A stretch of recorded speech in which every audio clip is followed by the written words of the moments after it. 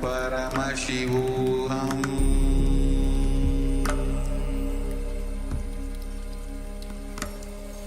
Om Nithyananda Paramashivoham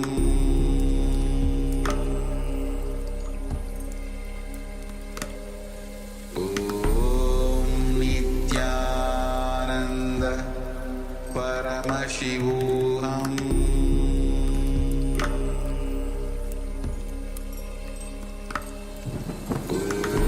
Om Nithyananda Paramashivoham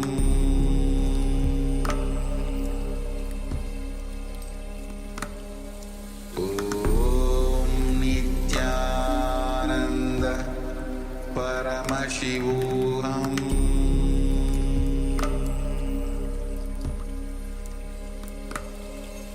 Om Nithyananda Paramashivoham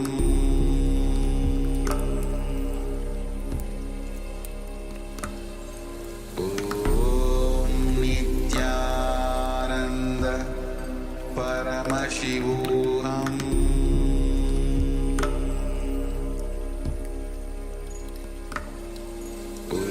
Om Nithyananda Paramashivoham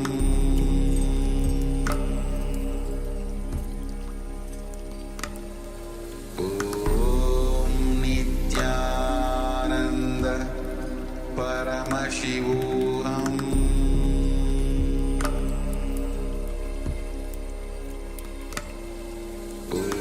Om Nithyananda Paramashivoham Om Nithyananda Paramashivoham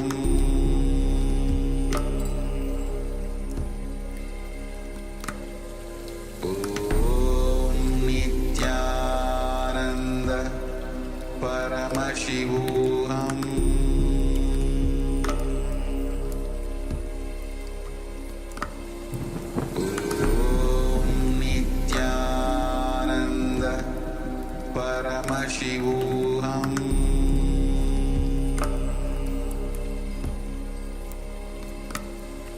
Om Nithyananda Paramashivoham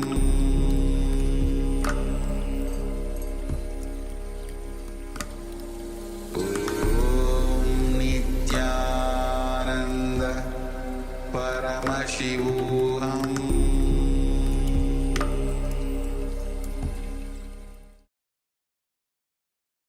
Nithyananda. We welcome all the Paramashivoham program participants to the first session of the day, Nithyananda Yoga. We are going to perform the Pratama Vinyasa Krama and the Dvitiya Vinyasa Krama, the 108 and 308 asana sequences. Requesting all the participants to please settle down on your yoga mat. Have your Panchabhatram and Udani ready, 1 cup and a spoon, and some water for the ritualistic cleansing. Apply the Vibhuti and Kumkum. All the male bodies, please remove your upper cloth and apply the Vibhuti on the 16 places over your body. All the female bodies, please apply it on your forehead. Now settle down with your head, neck and spine in a straight line. Bring your hands in Namaskara Mudra in front of your heart center. Close your eyes, take a deep breath. Visualize Swamiji in your inner space as we open this session with the Satguru Vandanam. Nithyanandam Paramasukharam Kevalam Jnanamurtim Dvandvatitam Gagana Sarusham Tadpamasyadilaksham Ekam Nityam Vimalamajalam Sarvadi Sakshibhutam Bhavatitam Trigunarahitam Sadgurum Tam Namami. Next, we are going to invoke Paramashiva's presence by chanting the Shiva Mula mantra, Om Ham Haum Shivaya Namaha 11 times. Please follow along internally. Om Ham Haum Shivaya Namaha. Om Ham Haum Shivaya Namaha. Om Ham Haum Shivaya Namaha. Om Ham Haum Shivaya Namaha. Om Ham Haum Shivaya Namaha. Ham Hum Shivaya Namaha. Om Ham Hum Shivaya Namaha. Om Ham Hum Shivaya Namaha. Om Ham Hum Shivaya Namaha. Om Ham Hum Shivaya Namaha. Om Ham Hum Shivaya Namaha. Next, we are going to perform the Tatvachamanam, the ritualistic cleansing. Take your Panchavatam and Udani. Keep your right hand in the Gokarana Mudra in the shape of a cow's ear. Take one Udani, 1 spoon of water, and pour it into your right palm. Each time the word Swadha is chanted, sip the water from the bottom of your right palm. Om Atmatattvam Shodayami Swadha. Take another Udani of water into your right hand. Om Vidyatattvam Shodayami Swadha. Take another Udani of water into your hand. Om Shivatattvam Shodayami Swadha. Now wash your right hand with the water from the Panchapatam and wipe your lips twice with the bottom of your right thumb.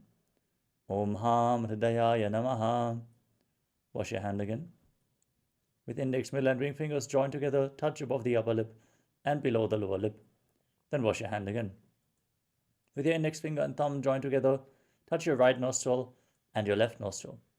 With your ring finger and thumb, touch your right eye, your left eye, your right ear and your left ear. Then wash your hand again.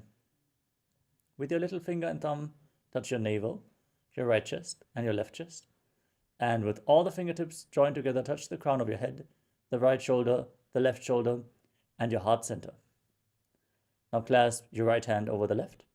Place both hands on the right thigh. Close your eyes and make a Sankalpa. Set a conscious resolution what you are going to manifest as part of today's ritual of Nithyananda Yoga. Hold this visualization as we hold the space to manifest a yogic body and a Vedic mind and chant the Sankalpa mantra.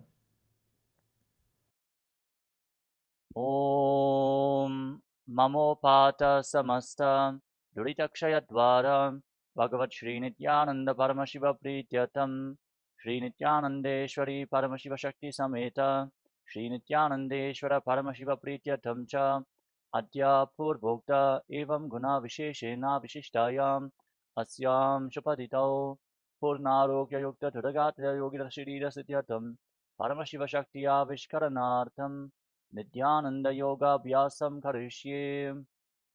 Now wash your right hand once more. Om Apa Upasprishya. And keep your Panchapatam and Udani aside, out of harm's way. And let us safely enter into this ritual of Nithyananda Yoga.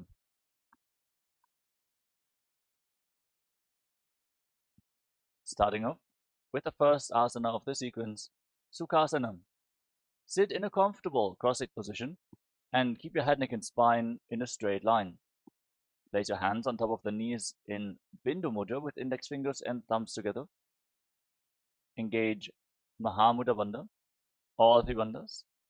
The root lock, Mula Bandha, contracting the perineal floor and pulling it inwards. Uddiyana Bandha, contracting the abdominal muscles above and below the navel and pulling your stomach in and up towards your spine. And the Jalandhara Bandha, the throat lock, tucking your chin to the chest firmly while internally contracting your throat muscles. Again, all the 3 bandhas form Mahamudra Bandha. Now visualize Lord Shiva in your inner space and breathe in Samana Kumbhakam. Inhale fully into your navel region and hold your breath. Visualize a flame being formed in your stomach rising upwards. And internally chant the first japa of the sequence, Soham. Visualize the japa rotating around your throat in a circular manner, cleansing your Vishuddhi chakra and activating Vak Shakti, the power of speech. As we enter into the first asana of the sequence, Sukhasana. Sukhasana. Tat Sukhasanamityuktam Ashaktastat Asanam Vijitam Yena Jitam Tena Jagatrayam. Parvatasana.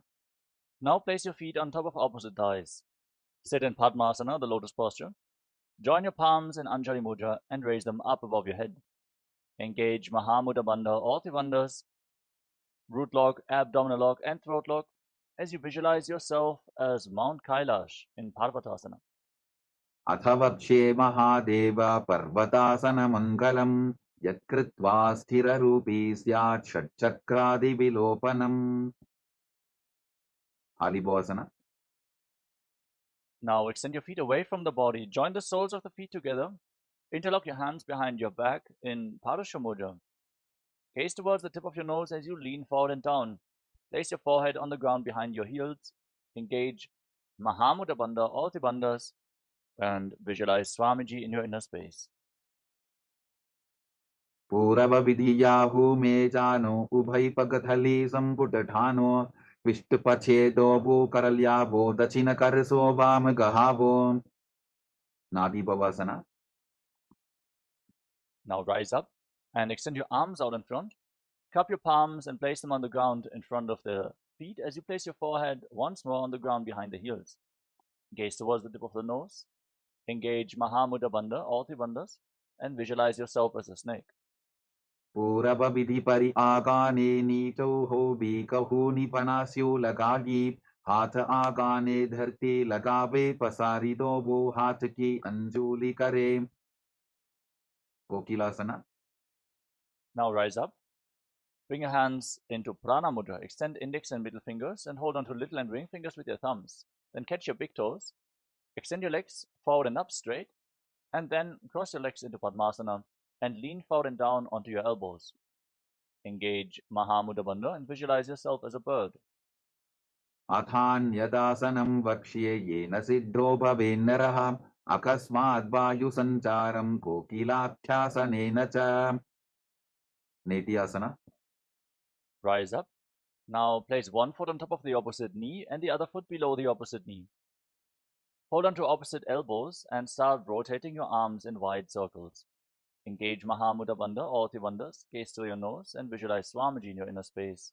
And every once in a while change the direction of the movement in Nithyananda. घोड़ा वामापाद की आशमाहिली सोज दश चरण को बारलौता परिगुल्फ समोज वामपाद को महिलौ बहुरौ गुल्फजुचान तापरि घोड़ा दचिकी आश बारली ढान. Gajasana. Now place your palms flat on the ground in front of you and raise your hips up high. Scoop your head and chest forward and down again and again as you pull your stomach in and up in Uddiyana Bandha. And visualize yourself as an elephant in Gajasana, the elephant pose. Nyujjam padagre bhumau prithva lambi bhuyamastakaagre nidhaya nitambam urdhvamunnamaya nabilaksham bhumau nasika maninya. Vrikshasana. Now from the same posture, alternate pushing one heel to the ground while lifting the other heel up again and again. Engage Uddiyana Bandha, the abdominal lock, and visualize yourself as a bear. एकैकं पादमापुञ्ज्य गजासनं कुर्यात् वृक्षासनं भवति. Vaishasana. Now rise up. Stand on the tips of the big toes if you can. Otherwise, you can stand on the tips of your toes. Bring your hands in front of your chest in Hridaya Mudra with index, middle, and ring fingers joined together. Keep your elbows raised. Put your stomach in and up in Uddiyana Bandha. And visualize Swamiji in Vaishyasana. केशेन पादयुगलं बन्ध्वातिष्ठे दधोमुखः अथ वैश्याभक्ष्ये यत्कृत्वा सत्यवान् भवेत्. Next up is Urdhva Janukarana. Now stand in Arimandi. Heels together, toes pointing outwards and knees bent. Remember Arimandi, we're going to perform it in various karanas of this sequence. Now bring your hands to the chest, elbows raised. Then lift one knee up along the center of your body in a circular motion and follow along with the respective hand gracefully again and again.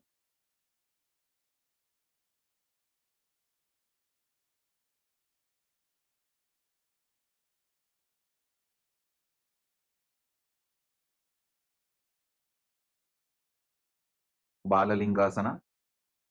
Now interlock your fingers from the outside in Sarva Shankari Mudra. Raise one knee towards your chest and pull it close with both hands. Engage Mahamudra Bandha, all the bandhas, and visualize yourself holding a baby in Balalingasana. एकं दानु उरसि आलिङ्ग्य स्थातव्यं बाललिङ्गनं भवति. Padabidhanasana. Now pull the foot behind towards your buttocks with your hands interlocked in Paramashivoham. Keep your knees together, stand straight, engage all the bandhas, and visualize Swamiji in your inner space. स्थित्वैकस्मिन् पादतले कराभ्याम्बेष्टजेत्तनम् पृष्ठे संस्थाप्य यत्नेन पादपीडनमासनम् Natarajasana. Now hold the sole of the foot from the inside. Kick your leg back and up as you extend the other arm forward with the hand in Bindu Mudra with index finger and thumb together. Visualize yourself as Lord Nataraja in Natarajasana. उत्तानपादं क्रौञ्चं च मरीचिं वीरभद्रकं नटराजं त्रिकोणं च सुप्ताङ्गुष्ठप्रसारणे Balalingasana. Now again, interlock your fingers from the outside in and pull the other knee up towards your chest with your hands. Engage Mahamudra Bandha and visualize holding a baby. एकं चानुपुरसि आलिङ्ग्य स्थातव्यं बाललिङ्गरं भवति Padapidhanasana. Now pull the foot back towards your buttocks with your hands in Padashamudra. Engage all the bandhas and visualize Swamiji in Padapidhanasana on the other side. स्थित्वैकस्मिन् पादतले कराभ्याम्बेष्टयेत्तनं पृष्ठे संस्थाप्य यत्तेन पादपीडनमासनम् Natarajasana. Now hold the sole of the foot from the inside, kick your leg back and up, lean forward with the other arm extended forward, hand in Bindu Mudra. Visualize yourself performing the cosmic dance as Lord Nataraja. उत्तानपादं क्रौञ्चं च मरीचिं वीरभद्रकं नटराजं त्रिकोणं च सुप्ताङ्गुष्ठप्रसारणे Moving on to Ardharishta Karana from Arimandi. Bring your hands to the chest, elbows raised. Then step the right foot behind the left foot and swing your right arm back and forth like a pendulum. Gracefully move your fingers one by one. Then place your right hand over top of your nose, uncross your ankles, and step the left foot behind to repeat the movement on the other side.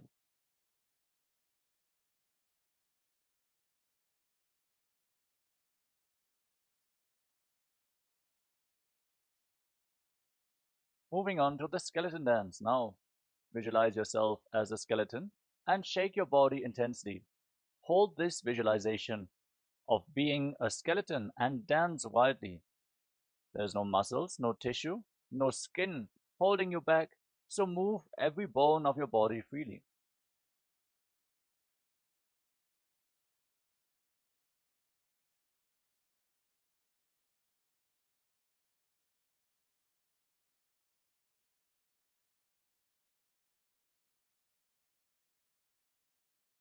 Next up is Kati Chinna Karana from Arimandi. Cross your arms over top of your head with the palms facing back. Turn your body to one side and open up your arms over top of your head. Return to the center, cross your arms, open them up to both sides again and again as you follow along with your breath.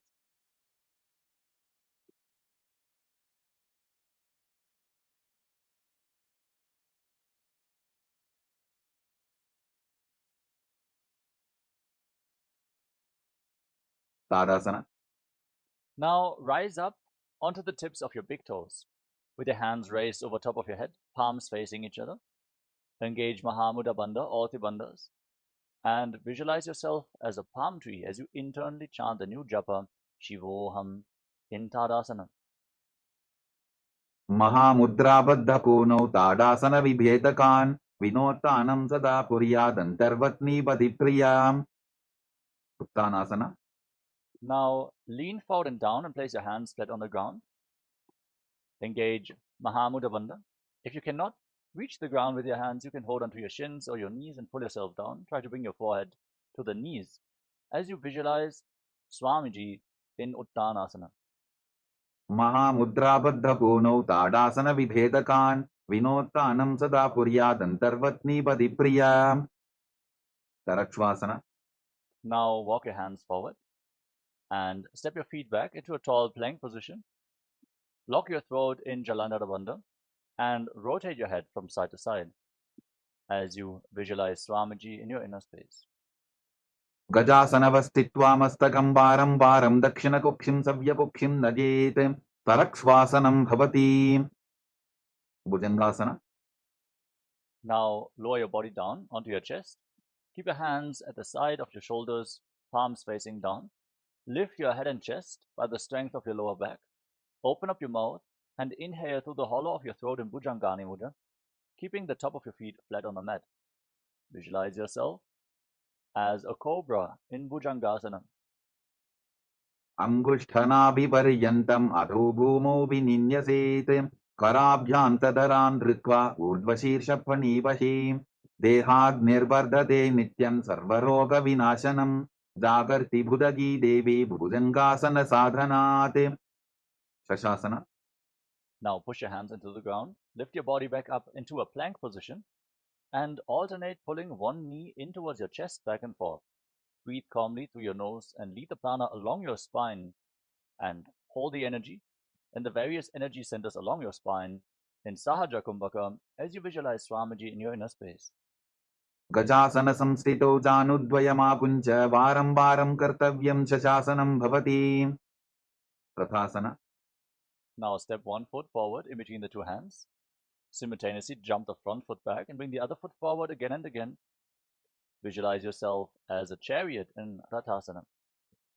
गजासन संस्थितो एकैकं पादं पूर्वमार्गेण भ्रामयित्वा कर्तव्यं तथासनं भवति Virabhadrasana. Now with one foot forward, rise up. Keep the back foot facing sideways. Bend the front knee at a 90-degree angle and raise your arms up parallel above your head. Engage Uddiyana Bandha, the abdominal lock. Hold on to weights if you want to intensify this asana. Gaze up towards your third eye and visualize yourself as Lord Veerabhadra. वासिष्ठमथ कौण्डिन्यम् ऊर्ध्वकुक्कुटमेव च अष्टावक्क्रमथोत्थानं मयूरं सेतुबन्धनम् उत्थानपादं क्रौञ्चं च मरीचिं वीरभद्रकं नटराजं त्रिकोणं च सुप्ताङ्गुष्ठप्रसारणे Virabhadrasana. Now exchange the position of your feet. Bring the other foot forward. Back toes facing sideways. Bend the front knee. Raise your arms up, holding on to weights if you want to intensify this asana. Engage Uddiyana Bandha, gaze to your third eye, and visualize yourself with 8 arms as Lord Veerabhadra in Veerabhadrasana on the other side. वासिष्ठमथ कौण्डिन्यम् ऊर्ध्वकुक्कुटमेव च अष्टावक्क्रमथोत्थानं मयूरं सेतुबन्धनम् उत्थानपादं क्रौञ्चं च मरीचिं वीरभद्रकं नटराजं त्रिकोणं च सुप्ताङ्गुष्ठप्रसारणे vrikshasana. Now stand on one foot and raise the other foot towards the inner opposite thigh. Join your palms in Anjali Mudra and raise your arms up straight above your head. Engage Uddiyana Bandha, the abdominal lock, and visualize yourself as a tree. वामोरुमूलदेशे च याम्यं पादं दिधार्यतो तिष्ठेत्तु वृक्षवद्भूमौ वृक्षासनमिदं विदुः गरुडासना. Now bring the raised foot on top of the opposite hip and join your palms in Namaskara Mudra in front of your heart center. Visualize yourself as Lord Garuda as you stand straight on one leg in Garudasana. गरुडासनमावक्ष्ये येन ध्यानं स्थिरं भवेत् सर्वदोषाद्विनिर्मुक्तो भवतीह महाबली एकपादमुरो बद्ध्वा एकपादेन दण्डवते जङ्घापादसन्धिदेशे जानुभ्यग्रं व्यवस्थितः vrikshasana. Now exchange the position of your feet. Raise the other foot towards the inner opposite thigh. Join your hands in Anjali Mudra and raise your arms up over top of your head with the elbows straight. Engage Uddiyana Bandha and embody the strength, stability, and groundedness of a tree in Vrikshasana, the tree pose. वामोरुमूलदेशे च याम्यं पादं निधार्यतो तिष्ठेत्तु वृक्षवद्भूमौ वृक्षासनमिदं विदुः ब्रह्मासना. Now bring the raised foot on top of the opposite hip and your hands in Namaskara Mudra in front of your heart center. Feel the weight of huge wings on your back as you visualize yourself as Lord Garuda in Garudasana. गरुडासनमावक्ष्ये येन ध्यानं स्थिरं भवेत् सर्वदोषाद्विनिर्मुक्तो भवतीह महाबली एकपादमुरो बद्ध्वा एकपादेन दण्डवते जङ्घापादसन्धिदेशे जानुभ्यग्रं व्यवस्थितम् त्रिकोणासना. Now step one foot forward and the other foot far back with your back toes facing sideways. Extend your arms out parallel to the ground and lean forward and down. Place one hand by the front foot, the other arm pointing up to the sky. Keep your shoulders aligned and gaze up along the raised arm as you visualize yourself as a triangle. उत्तानपादं क्रौञ्चं च हरीचिं वीरभद्रकं नटराजं त्रिकोणं च सुप्ताङ्गुष्ठप्रसारणे Trikonasana. Now rise up, rotate your feet, lean down toward the other side, bring the other hand to the foot, gaze up along the raised arm and visualize yourself as a triangle in Trikonasana, the triangle pose. उत्तानपादं क्रौञ्चं च हरीचिं वीरभद्रकं नटराजं त्रिकोणं च सुप्ताङ्गुष्ठप्रसारणे Now rise up and come back to Arimandi position, heels together, toes pointing outwards and knees bent. Bring your hands in front of your chest with the palms facing each other. Then raise one heel off the mat. Stomp the raised heel down, lift the other heel up, and exchange the position of your hands in front of your chest again and again in Nikuttakakarana.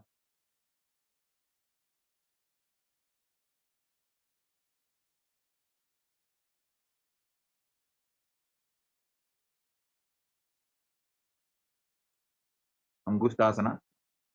Now squat down. Raise your heels off the mat and sit on raised heels with your perineum. Keep your knees off the ground and join the knees together. Bring your hands in Namaskara Mudra in front of your heart center. Start buzzing like a bee on the inhalation and exhalation in Brahmari Kumbhaka. And visualize Swamiji in your inner space as you internally chant the new japa Sadashivoham in Angushtasana. कबन्धासनमित्याहुः गोरक्षासनमेव च अङ्गुष्टमुष्टिकं न्येयं ब्रह्मप्रसादितं तथा Saurasana. Now step 1 foot forward and keep your hands at the side of your body with the palms facing forward in Vara Mudra, the boon-fulfilling mudra. Visualize Swamiji in your inner space in Saurasana. प्रसार्यैकं पादतलं संस्थाप्यत्वेकपादकं Vidunanasana. Now lean forward, hold on to the big toe of the front foot in Prana Mudra, and hold on to the back heel with the other hand. Balance in this position and visualize Swamiji in your inner space. Keep buzzing like a bee. गुल्फस्थितौ पादमेकं प्रसार्य तत्पादाग्रं संस्पृशेत् तत्करेण गुल्फं चान्यं धारयेत् तत्करेण धूनं पीठं चाभ्यसेत् चोभयत्र Saurasana. Now exchange the position of your feet. Step the other foot forward. Keep your hands at the side of the body, palms facing forward in Vara Mudra, with your fingertips barely touching the ground. Visualize Swamiji in your inner space in Saurasana. प्रसार्यैकं पादतलं संस्थाप्यत्वेकपादकं Vidunanasana. Now lean forward and down. Catch the big toe of the front foot and the heel of the back foot. Balance and visualize Swamiji in your inner space. गुल्फस्थितौ पादमेकं प्रसाद्य तत्पादाग्रं संस्पृशेत् तत्करेण गुल्फं चान्यं धारयेत् तत्करेण धूनं पीठं चाभ्यसेत् चोभयत्र Brahmajuramkushasana. Now step both feet in towards your body. Sit on raised heels and separate your knees. Place your hands on top of the knees with the palms facing up. Lock your throat in Jalandhara Bandha and gaze through the gap between the palms in Shambhavi Mudra with your eyes open wide, not blinking. Actually gaze inwards with your eyes open wide. Experience eternity as you visualize Swamiji in Brahmajuramkushasana. दोबू फणापानी होए वैसे AD दो बुदानी वैसे कोरबकतल्या की माहिली Ayush माहेरा शेमिली Kapilasana. Now drop your knees to the ground. Keep your toes tucked and sit on raised heels. Place your hands flat on your thighs and pull your stomach in and up in Uddiyana Bandha.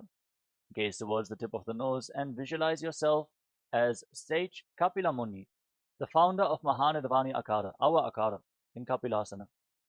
उभई बकथली समट हरावे तिनको माहिली core मिलावे फनापानी cooker होए वैसे AD दोबू Johnny निवैसे Bhadrakorakasana. Now, maintain your body in the same position. Shift your gaze up towards your third eye and visualize Swamiji in your inner space, the Supreme Pontiff of Hinduism, Mahamandaleshwara of Mahanirvani Akara in Bhadrakorakasana. दोबू बकथली संपुट करे कोरवारिली भूपरि धरे कोरवारिली राखे ऐसे तापरी मूल द्वार डिगी बैसे Suryasana. Now raise your knees off the ground and join the soles of your feet together. Keep the knees wide apart, join your thumbs and little fingers, and open up your palms resembling a lotus flower in Padma Mudra. Raise your arms up over top of your head and gaze up through the gap between the palms as if you're offering flowers to Lord Surya. Engage Uddiyana Bandha, the abdominal lock, and visualize Lord Surya in your inner space. एडी तो वो बुता दरियाने फना पानी बैठक पुन निठाने गोड़ा जंगा अधर करी रहे आडे वाम इसी विधि कहे मंदुकासना.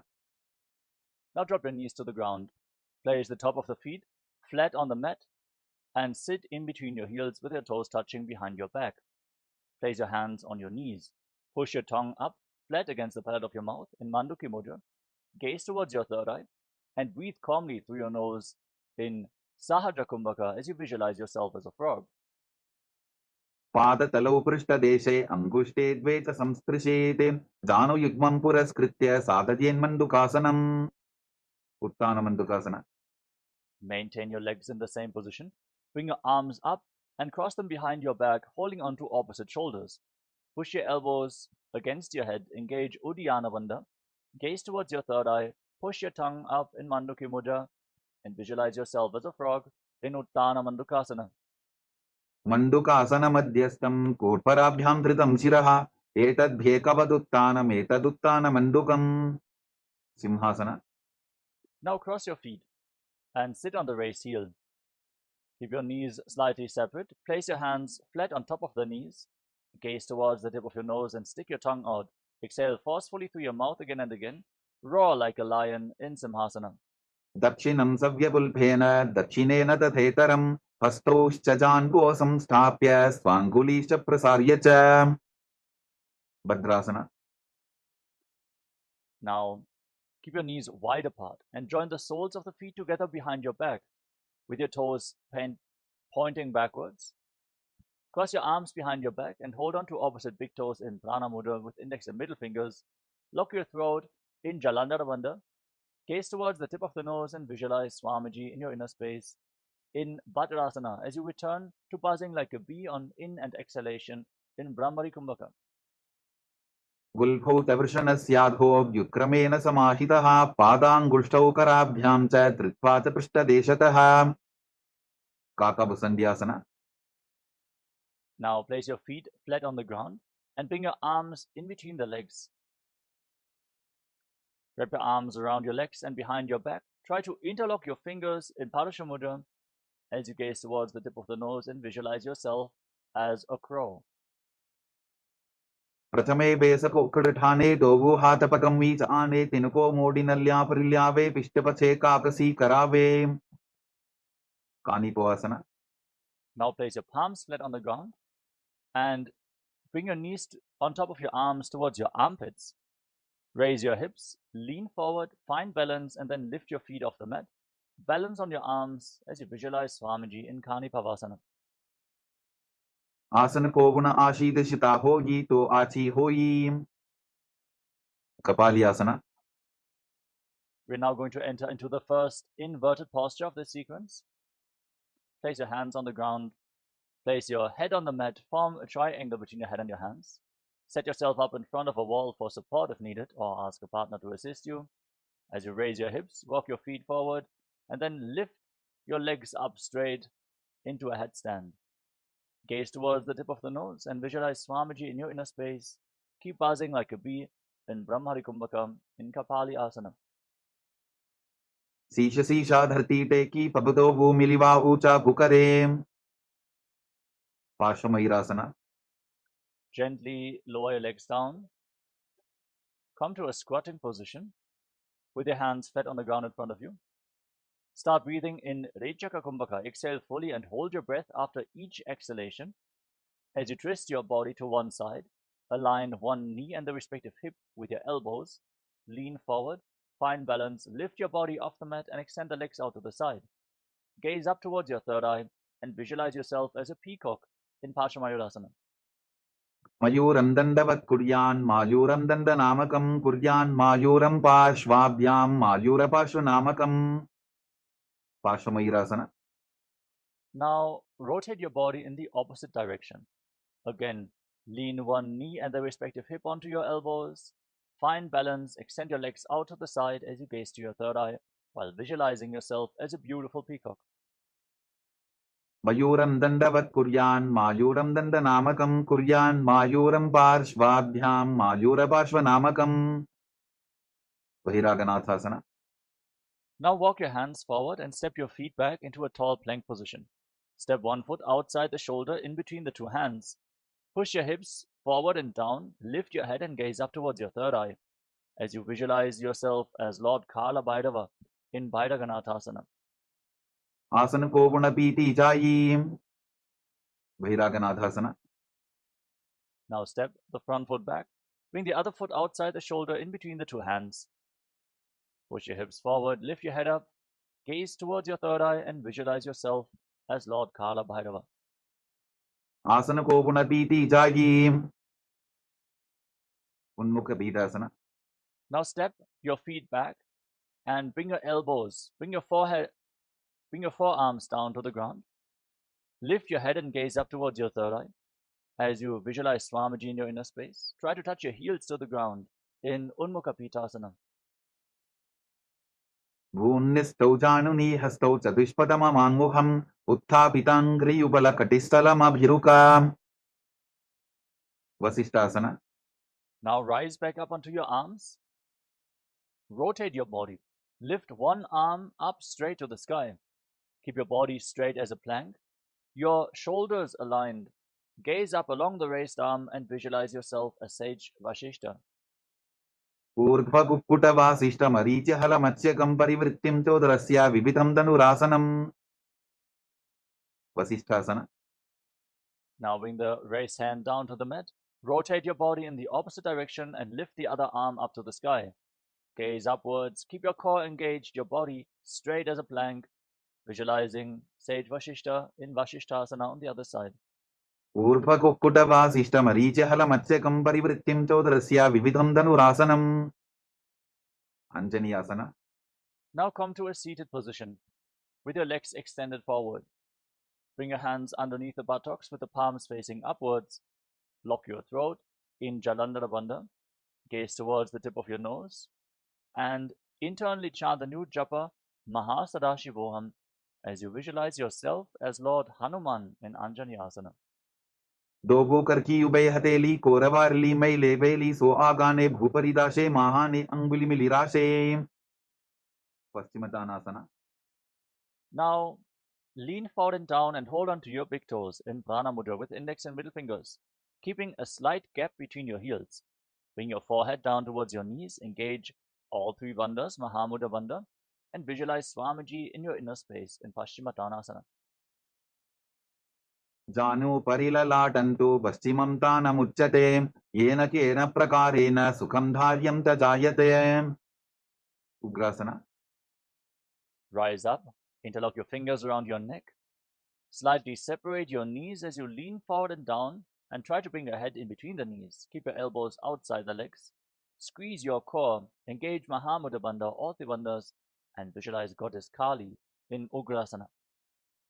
स्वपाणिभ्यां दृढं धृत्वा जानुपरि शिरोन्यसेत् आसनोग्रमिदं प्रोक्तं भवेदनिलदीपनं देहावसानहरणं पश्चिमोत्तानसंज्ञकं ययेत् तदासनं श्रेष्ठं प्रत्यहं धारयेत् सुधीः. Varichiyasana.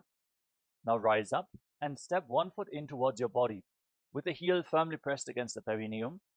Wrap the respective arm around the leg and interlock both hands behind your back. As you lean forward and down, bring your forehead to the knee and visualize yourself as Sage Marichi in Marichiyasana. उत्तानपादं क्रौञ्चं च मरीचं वीरभद्रकं नटराजं त्रिकोणं च सुप्ताङ्गुष्ठप्रसारणे. Mahamudrasana. Now rise up, drop the raised knee to the side with the heel firmly pressed against your perineum. Lean forward and down and hold onto the front foot with both hands. Engage Mahamudra Bandha, all three bandhas. Gaze to your nose, visualize Swamiji in your inner space. Internally, repeat the japa Mahasadashivoham in Mahamudrasana. महामुद्रां प्रवक्ष्यामि तन्त्रेऽस्मिन् मम वल्लभे यां प्राप्य सिद्धा सिद्धिं च कपिलाद्याः पुरागताः. Varichiyasana. Now rise up and exchange the position of your legs. Step the other foot in towards your body, heel against the perineum, knee raised. Wrap your arms around your back, interlock your fingers behind, and try to bring your forehead against the knee as you visualize yourself as Sage Marichi. उत्तानपादं क्रौञ्चं च मरीचिं वीरभद्रकं नटराजं त्रिकोणं च सुप्ताङ्गुष्ठप्रसारणे Mahamudrasana. Now drop the waist into the side. Hold onto the front foot with both hands. Gaze to your nose. Exhale and hold your breath as you engage Mahamudra Bandha and visualize Swamiji in your inner space in Mahamudrasana. महामुद्रां प्रवक्ष्यामि तन्त्रेऽस्मिन् मम वल्लभे यां प्राप्य सिद्धा सिद्धिं च कपिलाद्याः पुरागताः Bhadrasana. Now rise up. Join the soles of the feet together in front of your body. Interlock your fingers around your toes and pull your heels against your perineum. Gaze up towards your third eye. Try to bring your knees to the mat. Push them down by the strength of your groin as you visualize Swamiji in your inner space in Bhadrasana 2. गुल्फौ तवृषणस्यादः सीवन्त्याः पार्श्वयोः क्षिपेत् पादपार्श्वे तु पाणिभ्यां दृढं बद्ध्वा सुनिश्चरम् Valipavasana. Now slightly extend your feet away from the body. With your toes together, heels apart. Place your hands on the respective knees and lock your throat in Jalandhara Bandha. Gaze towards the tip of your nose and visualize Swamiji in Valipavasana. पूरवचर पिടിचोक कख्यो सोही वाही बिडिचो कीजे सोई यामे AD भिन्न जराशे अंगुल 8 अंतरो राशे Donyasana. Now bring your feet back in towards your body. Hold onto the soles of the feet with all 10 fingers. Then lean forward and down. Place your forehead and your elbows on the ground. Gaze towards the tip of your nose and visualize Yoni Mandala, the visual reflection of Devi Paramashiva Shakti in Joni Asana. दोगो पगदली संपुट करे AD मेड़ के ढिंग दरे अर्धहात को अंतर राशे लीलाट पकचलिया उपरदाशे बिडकी पवसना. Rise up, extend your feet away from the body. With your heels together, toes apart. Extend your arms out to the side and lean forward and down. Try to bring your forehead on the ground behind your heels as you gaze to your nose and visualize Swamiji in your inner space.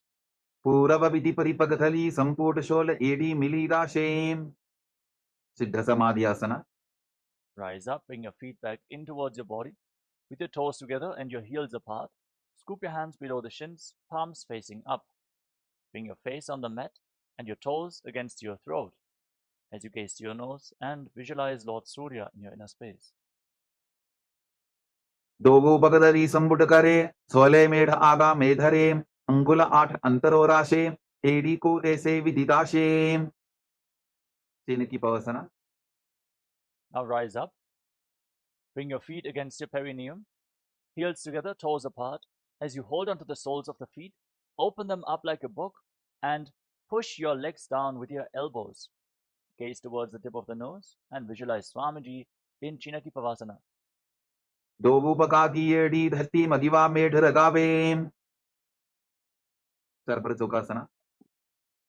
Now with the soles of the feet firmly together, heels against your perineum, place your hands on the respective knees and gently push them down to the ground. Try to touch your knees to the mat. Pull your stomach in and up in Uddiyana Bandha. Gaze towards your third eye and visualize Swamiji in your inner space in Jarapata Chokasana.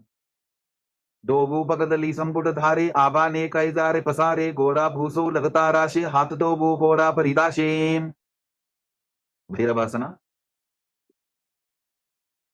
Now rotate your feet. Bring your toes to the mat and lift your heels off the ground with the soles of the feet together. Use the support of your hands. Then try to bring your knees down to the ground and place your hands on top of the knees in Bindu Mudra with index fingers and thumbs together. Pull your stomach in and up towards your spine firmly in Uddiyana Bandha. Gaze towards your third eye and visualize yourself as Lord Kala Bhairava in Bhairavasana.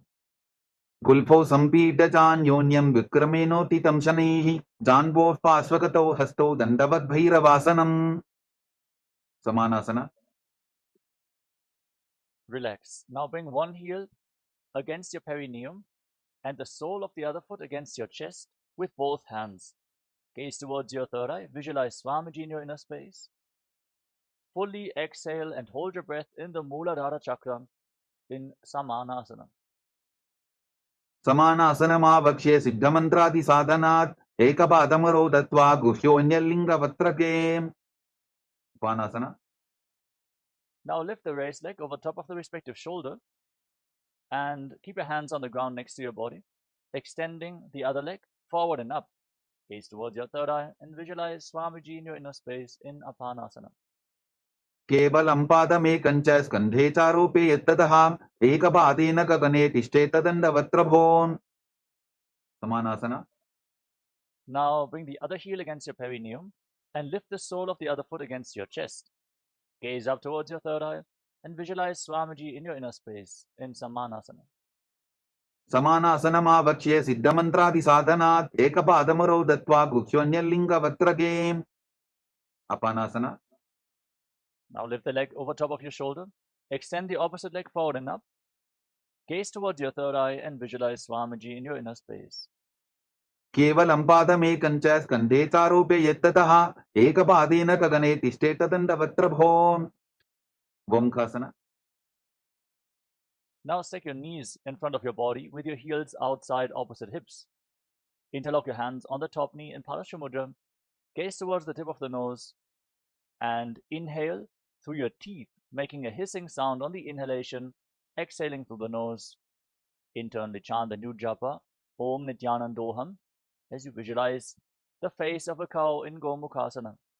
सव्ये दक्षिणवुल्फन्तो पृष्ठपार्श्वेन योजयेत् दक्षिणेऽपि तथा सव्यं गोमुखं गोमुखं यथा. Anasuyasana. Now hold on to your big toes in Prana Mudra with index and middle fingers. Pull your stomach in and up towards your spine in Uddiyana Bandha and visualize yourself as Rishika Anasuya. दक्षिण कोटो नीचो ठाने बाबों ताके ऊपर आने घोड़ा संधि मिलावे भारी आड़ा पद बुनिदे संधि पसारी. Anusuyasana 2. Now interlock your hands behind your back in Parasha Mudra and lean forward and down. Bring your chin over your knees and try to touch your nose to the mat. As you fix your gaze at the tip of the nose, visualize yourself as Rishika Anasuya. जीमना कोदा की संधि उपरिटा बागोड़ा की संधि मिलाई राशे घोड़ा से उले पकतल्यारो आरवाई सुधा राशे. Garvasana 2. Now rise up, place the right foot flat on the mat with the left heel against your perineum. Place your hands on the respective knees, gaze towards the tip of the nose and visualize yourself as Lord Garuda. दावो बकमोड़ी येडी बाहिलो बिल्फमूलद्वारिणी सैदे. Naradasana. Now sit on the heel, interlock your hands around your neck and twist your elbows outside the raised knee. Gaze up towards your third eye and visualize yourself as sage Narada in Naradasana. पिष्टिजवाम बगदली केरी भूपरिता हिलवा वेभेरी गोड़ा सुरो फनो है जोगी छिपाशिती राशेसोगी. Matsyapitakasana. Now place the left foot on top of the right thigh and raise the right knee. Wrap your arms around your legs. Hold on to the right big toe with your hand in Prana Mudra and hold on to the right shin with the left hand. Gaze towards the tip of the nose and visualize Matsya, the fish avatar of Lord Vishnu, in Matsyapitakasana. वामेन वामाङ्गुष्टन्तो गृहीतं मज्जपीठकं योरि वामेन संबीड्य मेढ्रातुपरि दक्षिणम्. Vomkhasana. Now, once more, stack your knees in front of the body with the other knee on top this time. Place your hands interlocked on the top knee. Gaze towards the tip of the nose and sit in the shape of the face of a cow in Gomukhasana, the cow face posture. सव्ये दक्षिणवुल्फन्तो पृष्ठपार्श्वेन योजयेत् दक्षिणेऽपि तथा सव्यं गोमुखं गोमुखं यथा. Anasuyasana. Now hold on to your big toes in Prana Mudra with index and middle fingers. Pull your stomach in and up towards your spine, firmly in Uddiyana Bandha. Gaze to your nose and visualize yourself as Rishika Anasuya. दक्षिण कोटो नीचो ठाने बाबों ताके ऊपर आने घोड़ा संधि मिलावे भारी आड़ा पद बुनिदे संधि पसारी. Anusuyasana 2. Hold the visualization as you interlock your hands behind your back, lean forward and down, and bring your chin over the knee, the nose to the mat. Gaze towards your nose in Anasuyasana 2. जीमना कोदा की संधि उपरिटा बागोड़ा की संधि मिलाई राशे घोड़ा से उले पकतल्यारो आरवाई सुधा राशे. Garvasana 2. Now rise up, Place the sole of the right foot on the mat, the right knee raised against your chest. Bring the left heel against your perineum. Hands on the knees. Gaze forward towards your nose and visualize yourself as Lord Garuda. Davobakamodigedi Bahilavulpamoolatvarani Saide. Naradasana. Now raise your perineum onto the heel. Sit on the heel. Interlock your hands around your neck and twist your elbows outside the raised knee. Gaze up towards your third eye and visualize yourself as Sage Narada in Naradasana. Pishtijavam Bhuparita Hilava Veperi Godasuro no Hejogi the Chipashitira Shesoyi. Matsibhitakasana. Now place the right foot on top of the left thigh. Hold on to the left big toe and shin. Gaze towards the tip of the nose and visualize Matsyavatara of Mahavishnu in Matsyapitakasana. Vamena Vamangushtanto Grihitam Matsabhitakam Yori Vamena Sambhidya Mehdrathupari Dakshinam. Matsyendrasana. Now extend your legs out in front. Then place the left foot on top of the right thigh and raise the right knee. Twist your left elbow outside the raised knee and bring your left hand to your neck, the right hand on the ground behind you. Gaze up towards your third eye. As you place the right hand on the ground and visualize Sage Nithyananda, the master of Hatha Yoga. Uderam Paschima Bhasam Kritva Tishtati Yattatahanam Brangam Vamapadam Hi Takshachanu Parinyaset. Ubhasana. Now extend the front hand down towards the foot with the elbow outside the raised knee. Hold onto the big toe in Prana Mudra with index and middle finger and place the other hand on your respective ear. Twist your spine, gaze back and up towards your third eye and visualize yourself as a camel in Kubhasana. Asana Koguna Jholo Jaye. Matsyendrasana 2. Now drop the hand from the ear to the ground behind you. Keep holding onto the front foot, twist your spine even more. Gaze up towards your third eye and visualize Sage Matsyendrasana. Vatsendrapitham Dadara Pradiptim Pratandara Pandala Khandanastram Abhyasata Kundalini Prabodham Dandastiratvam Hidatati Pumsam. Matsyendrasana. Now extend your legs out in front. Exchange the position of your feet. Place the right foot on the left thigh. Raise the left knee. Twist your right elbow outside the raised knee with a hand by the neck and the left hand on the ground behind you. Gaze up towards your third eye and visualize Sage Matsyendrasana. Uderam Paschima Bhasam Kritva Tishtati Yattatahanam Brangam Vamapadam Hi Takshachanu Parinyaset. Ubhasana. Now extend the front hand down towards the foot. Hold onto the big toe in Prana Mudra and place the other hand on your ear as you gaze to your third eye and visualize yourself as a camel. Keep hissing through your teeth in Shitkari Kumbhaka. Asana Koguna Jholo Jaye. Matsyendrasana 2. Now place your hand from the ear to the ground behind you. Twist your spine even more. Gaze towards your third eye and visualize Sage Matsyendrasana, the master of Hatha Yoga in Matsyendrasana 2. Vatsendrapitham Dadara Pradiptim Pratandara Pandala Khandanastram Abhyasata Kundalini Prabodham Dandastiratvam Hidatati Pumsam. Padmasana. Now place your feet on top of opposite thighs. Sit in the lotus posture. Place your hands flat on your knees, palms facing down. Gaze towards the tip of the nose. Roll your tongue up and stick it out of your mouth. Inhale through the rolled up tongue like a tube.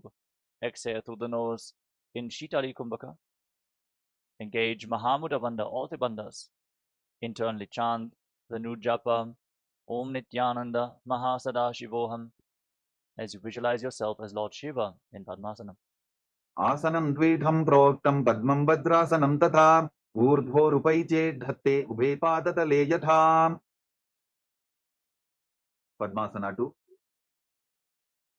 Now maintain Padmasana, cross your arms in front of your body and hold on to the respective big toes in Prana Mudra. Gaze towards the tip of the nose and visualize yourself as Devi, Paramashiva Shakti. Keep breathing in Shitali Kumbhaka in Padmasana 2. Uttanau charanau kritva uru samstau prayattatah uru madhye tathottano pani kritva tu tadrisho. Ukkutasana. Now bring your hands through your legs.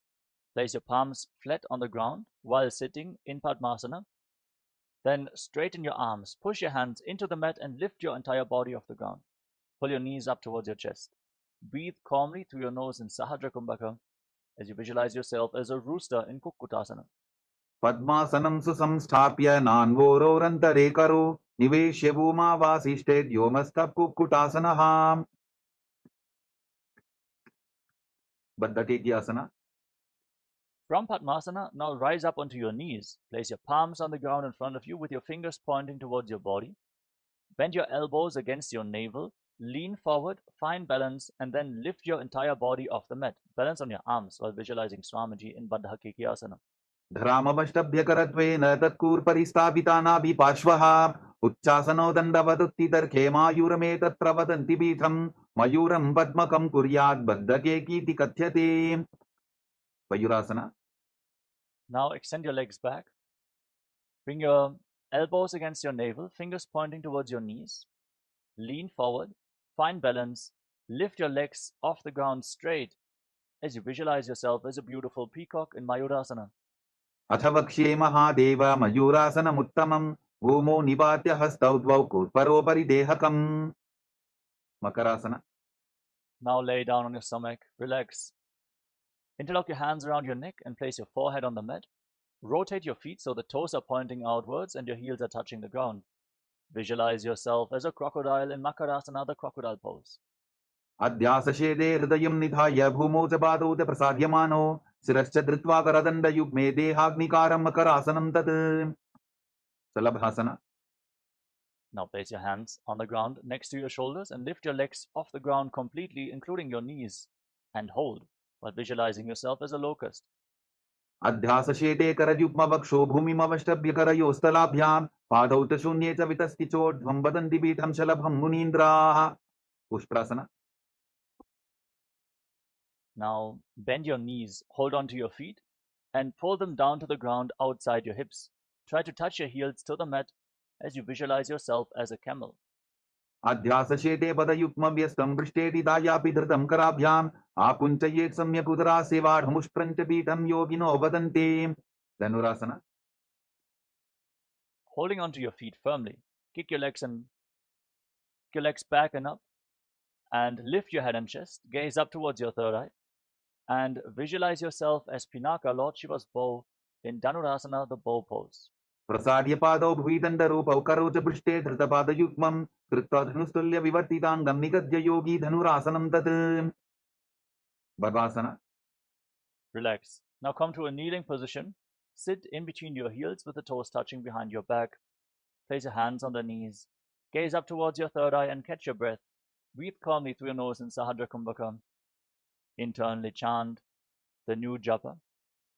Om Nithyananda Paramashivoham. And visualize Swamiji in Bhagasana. उल्टा मोटी पावतो वैसे बहुरोचुविति करे कैसे पावन महिला बुल्पस होवु कुलापाशितीला वेसोवु. Gohyasana. Now get ready for another inverted posture. From the kneeling position, place your forearms on the ground, elbows shoulder width apart. Interlock your hands in Parasha Mudra. Place your head on the ground and support it with your hands. Raise your hips, walk your feet forward, and then lift your legs off the ground. Keep your knees bent and pull your knees against your chest. Try to touch your chin with your knees as you gaze to your nose and visualize Swamiji in Gohyasana. दोवो हाथ की कहुनी जोगी पुनः कलाई जाने दोयी. Shirasasana. From the same position, extend your legs up straight. Breathe calmly and deeply. Find your center. As you gaze to the nose, visualize Swamiji in Shirshasana. विपरीतं मण्डलं तद्विधैव विदितं हिनः दण्डासनं दिदा प्रोक्तं विपरीतोपवेशने. Podhyasana. Gently lower your legs down and come to a seated position. We're now going to enter a sequence of rapid exhalations through the nose. Pull your abdomen in and up and push the air out of your lungs again and again, like the bellows of a blacksmith, without actively inhaling. Don't worry, air will naturally flow back into your lungs in this pranayama, Bhastika Kumbhaka. We're going to perform it throughout the next few asanas, so keep exhaling, exhaling, exhaling. Hold onto your calves and extend your legs up straight. Try to bring your forehead to the knees as you visualize Swamiji in Podhyasana. दो हाथ पक बाहर आने, गोरा तरे काकसी ठाने, अंगुष्ठ पिंडली लगता धरे, चरण उभे आकाश दिशी करे. Paribhasana. Now bring your hands behind your back and hold on to your opposite shoulders. Keep your legs raised, gaze to your third eye and visualize yourself as a mace in Parigasana. उत्तानशयनं कृत्वा पादौ मिलित्वा प्रसाद्याय नितम्बं भूमौ स्पृष्ट्वा हस्ताभ्यां कन्दरां बद्ध्वा. Naukasana. Extend your arms out in front, parallel to the ground. Gaze towards your third eye and visualize yourself as a boat in Naukasana. उत्तानशयनं कोट्पराभ्यां भूमिं वष्टद्य हस्तो नितम्बं निधाय. Rudrasana. Now bring your hands towards your chest. Scoop your hands below the feet and pull the soles of the feet against your chest. Gaze towards your nose and exhale rapidly as you visualize yourself as Lord Rudra. पगरली संपूट करी हाथस्य उपक उचाई पकाका अंगूठा दोबो लेबो परलिका नीतालवे. उन्मुख पीठासना. Relax. You can now lay down on your back and breathe calmly. Place your feet flat on the mat. Keep your knees raised. Place your palms flat on the ground just behind your heels. Push your hips off the ground, contract the perineal floor, lock your throat and hold your breath firmly in Mocha Kumbhaka for a long time, forcing the prana into the Sushumna Nadi, the central nadi of your spinal cord. Feel the energy raising as you gaze towards the tip of the nose and visualize Swamiji in your inner space in Unmukha Pithasana too. ऊर्ध्वे तजानुनी कृत्वा छवित्वोर्ध्वमुखं तथा उत्थाप्य हस्तौ तिष्ठेतु पीठ उन्मुखनामके. Shavasana. Now lay down flat on your back. Keep your hands at the side of the hips with the palms facing up. Forcefully pull the awakened Kundalini Shakti up along your spine from the Muladhara chakra at the root of your spine to the Swadhisthana, the Manipuraka, Anahata chakra, to the Vishuddhi chakra, the Anya chakra, the third eye, all the way to the Sahasrara chakra on the crown of your head. Pierce the Brahmarandha and leave your body behind. Completely unclutch from your physical body. Lay completely still without any movements of the body and mind as we enter into a small meditation. Visualize that your body is dead and Swamiji is liberating you. Internally chant the Mahavakya. Om Nithyananda Paramashivoham in Shivasana. उत्तानं शववद्भूमौ शयनं तु शवासनं. शवासनं श्रान्तिहरं चित्तविश्रान्तिकारकम्.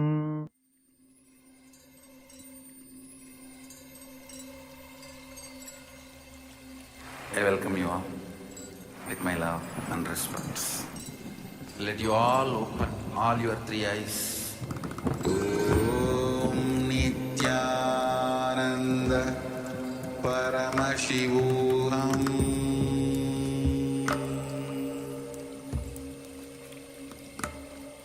Om Nithyananda Paramashivoham.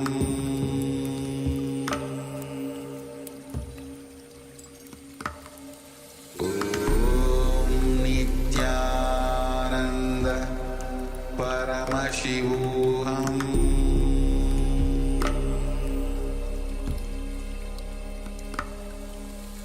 Om Nithyananda Paramashivoham.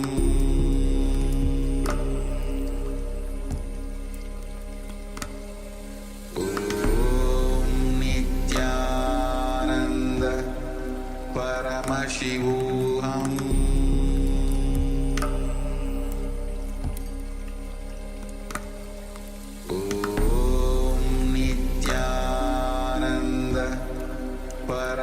Paramashivoham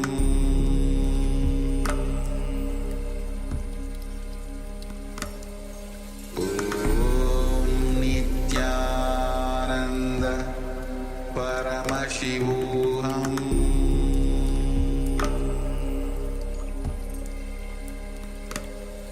Om Nithyananda Paramashivoham Paramashivoham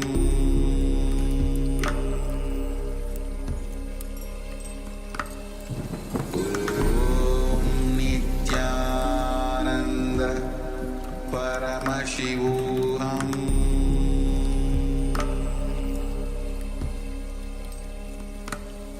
Om Nithyananda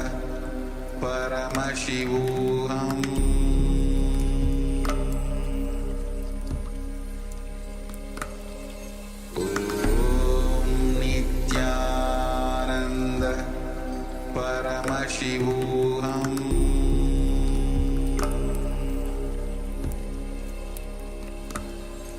Om Nithyananda Paramashivoham Om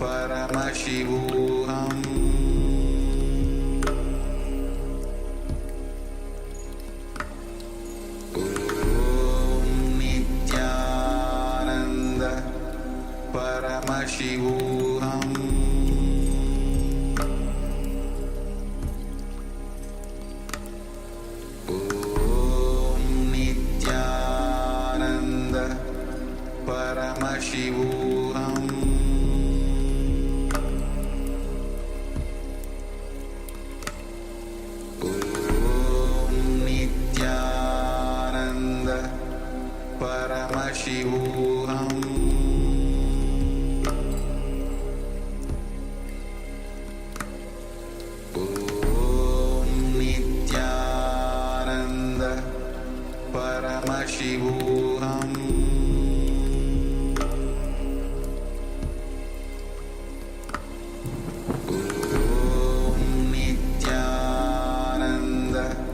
Paramashivoham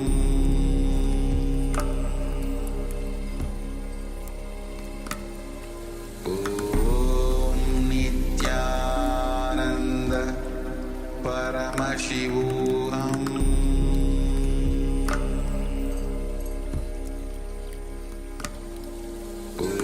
Om Nithyananda Paramashivoham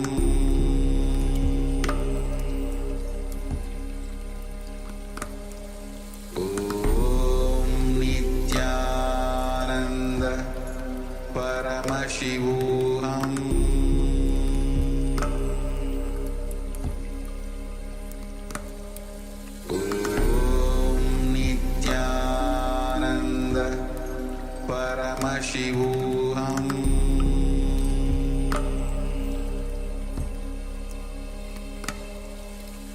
Om Nithyananda Paramashivoham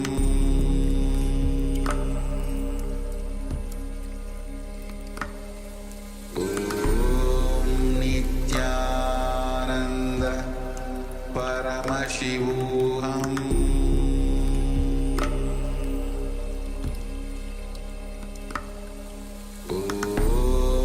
Nithyananda Paramashivoham Om Nithyananda Paramashivoham Paramashivoham Om Nithyananda Paramashivoham